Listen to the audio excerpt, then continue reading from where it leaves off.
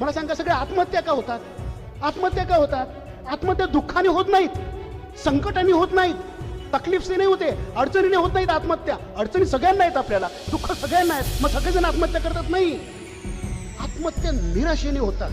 ती स्टेप जेव्हा माणसाच्या जीवनामध्ये येते की आता संपलेलं आहे, आशा संपलेला, सगळं संपलेलं आहे, तेव्हा माणूस आत्महत्या करतो. पण दुःख चालेल, पण निराशा नको. असं एक छान वाक्य सांगतात, आदमी खाने के बिना 4 हफ्ते जिंदा रह सकता है, आदमी पानी के बिना 4 दिन जिंदा रह सकता है, आदमी हवा के बिना 4 मिनट जिंदा रह सकता है, लेकिन आदमी उम्मीद के बिना 4 सेकंड भी जिंदा नहीं रह सकता.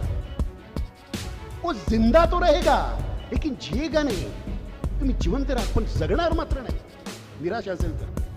म्हणून काही वेळा आपण ऐकतो की असं सांगतात की असं जीवन जगा की आज तुमच्या जीवनाचा शेवटचा दिवस आहे. ठीक आहे, okay, no problem, that's okay.